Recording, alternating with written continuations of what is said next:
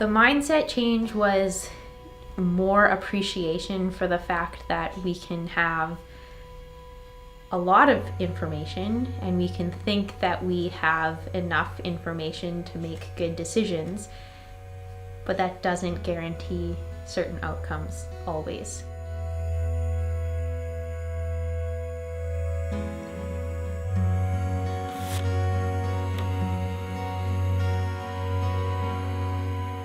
So before the second incident, do you mind walking us through what kind of was going on in your life and what compounding stressors were happening?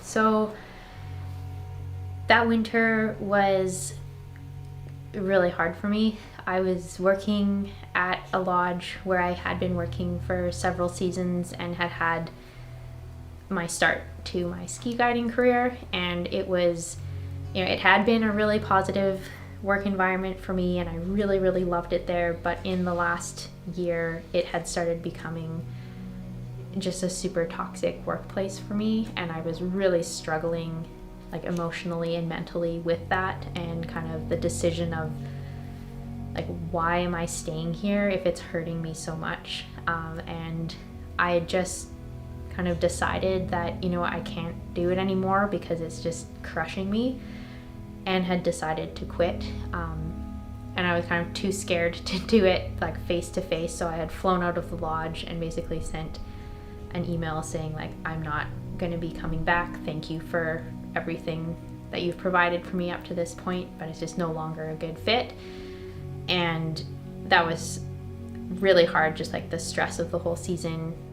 And then the following day I got a message from the first Outward Bound course that I ever really taught, that one of the members of the group had just died in a plane crash on their way to a UN summit on environmental and climate change issues.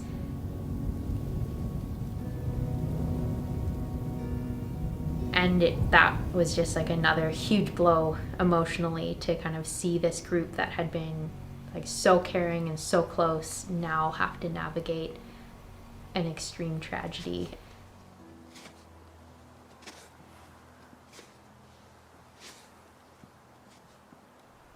Yeah, really having that on my mind a lot, kind of the loss of people that we love. And yeah, then the next day it was again another, a day that we thought was just going to be super fun and really an amazing opportunity to get out with good people. We had done all of our homework. We had looked at the risks and the hazards and decided that it was going to be completely reasonable and like well within our risk tolerances for what we were doing that day. And unfortunately, we were hit by an avalanche.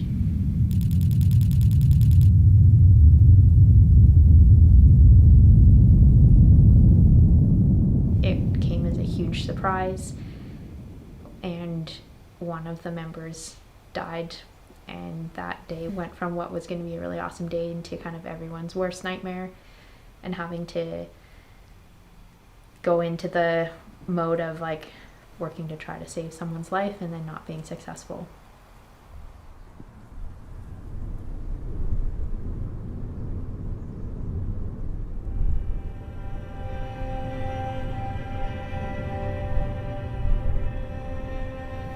I think as soon as I realized what was happening, it was one of those like, I can't believe this is happening to me again. And the feeling of helplessness, that it was like, this is like a completely different context even, and it almost felt like it was like finding me again.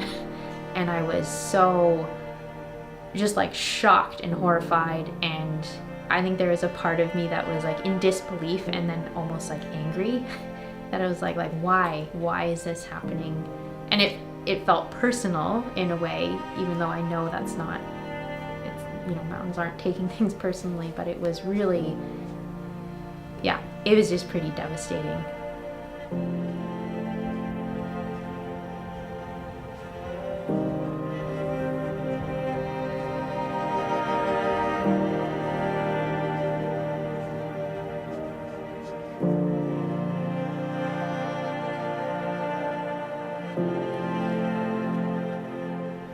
interestingly, with this second incident, because I perceived myself as being more in a rescuer role than a victim role, I did immediately go to like, okay, we need to get EMDR and like mental health support for the people that I saw as like victims of this incident, and had like contacted someone right away saying like, we need to set this up. It needs to be available to like anyone who needs it from this incident. But again, because I was like in that rescuer mode, I didn't really consider it for myself until like several weeks later.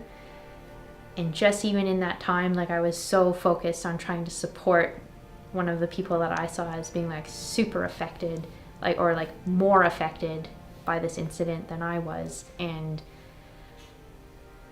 didn't do a great job of setting up that support for myself. And yeah, I think it, like on reflection, just that lack of support for myself within those first even couple weeks, it's like I'm still feeling the repercussions today.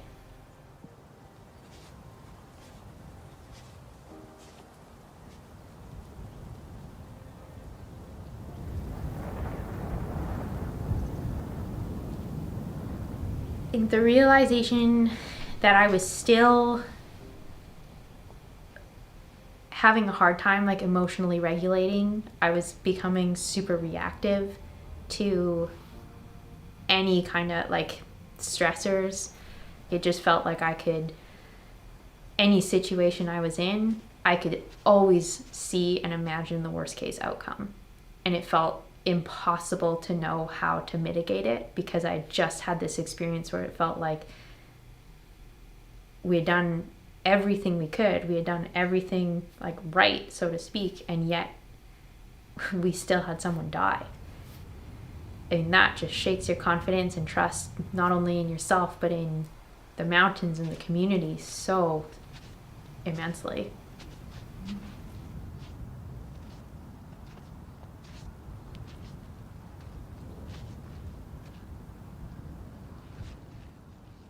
I wasn't necessarily in a decision-making role with the second incident, and so I didn't feel shame right away around that aspect of it. But where the shame started coming afterwards was when it felt like I should be better by now, or I should be able to handle this, and like I wasn't even injured, so why am I getting so upset, or why am I so affected? And knowing other people who had gone through these other terrible incidents, kind of like able to get back on the horse, or able to kind of, some of the ways that they coped would like to be going out and doing that same activity just even more intensely, it felt like there was something wrong with me, that I like didn't even want to do those activities anymore.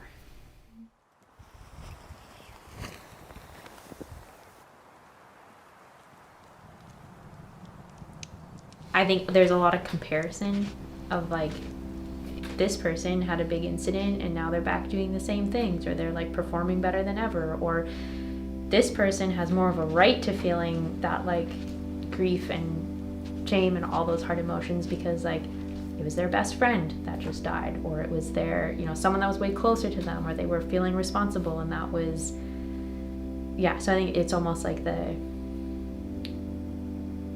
perception that like someone's hurt is so much more than yours, and so therefore like you don't have a right to be struggling so much.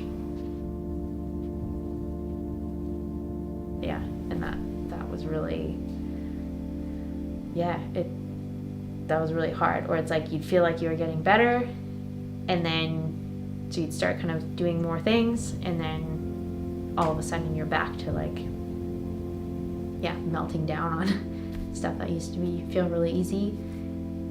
And I think that like, again, the compounding of like I was afraid walking around town because I thought I would see the person that I had just quit from, and like I was, I would get kind of nasty emails being like, oh well, you need to give us back all of this stuff, like, oh, we heard you were an avalanche, sorry, but now you need to give us back that stuff because that belongs to us.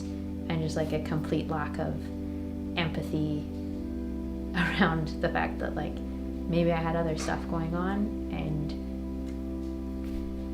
that was really hard to be like, okay, well, if they don't think that I should be struggling either, then maybe why am I still struggling so much? And that was really, really shitty. And I had a lot of time where it was just like basically diving into a depression and a numbness where all of these things that used to bring me a lot of joy and feeling of purpose were just like felt really dead, or it felt like they were hurting me even more. And then having thoughts of suicide, thoughts of wanting to harm myself, because it just like I couldn't stand the feeling that was going on inside me. And that was really tough.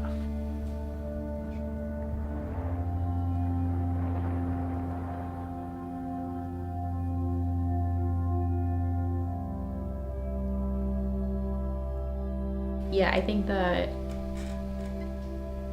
feeling of desire, like wanting to just not be feeling anymore, is I'd had that experience when I was an adolescent, and so it was like a kind of a familiar sensation when it came back, and it kind of showed up as just like this, like the pit of despair where you're just feeling so heavy and feeling so dark, and like there's just no way out. Like I wasn't feeling like there was any hope or any reason, and that it would just be better if I wasn't around anymore.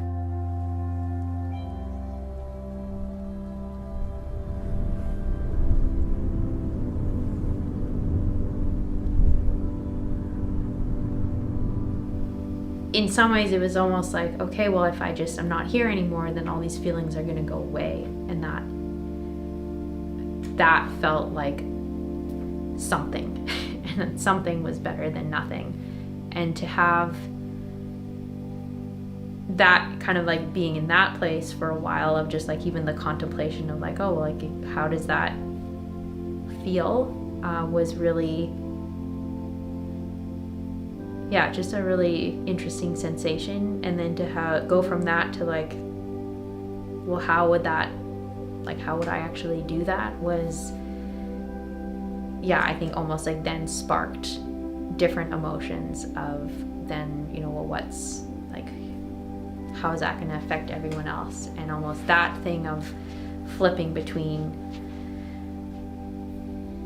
like thinking about myself and my sensations, and then thinking about what other people need, like kind of almost re-triggered then the really challenging feelings of like always trying to be doing things for other people, which was part of that overwhelm and like feeling of never being able to get out of what I was in. And at the same time, it was like, okay, well, if I'm actually thinking about how I'm going to end my life, and then I'm also thinking of how this is going to affect other people, that to me was sort of a clue that I needed more help than what I was able to give myself or get from anyone else that was close to me. And that was sort of the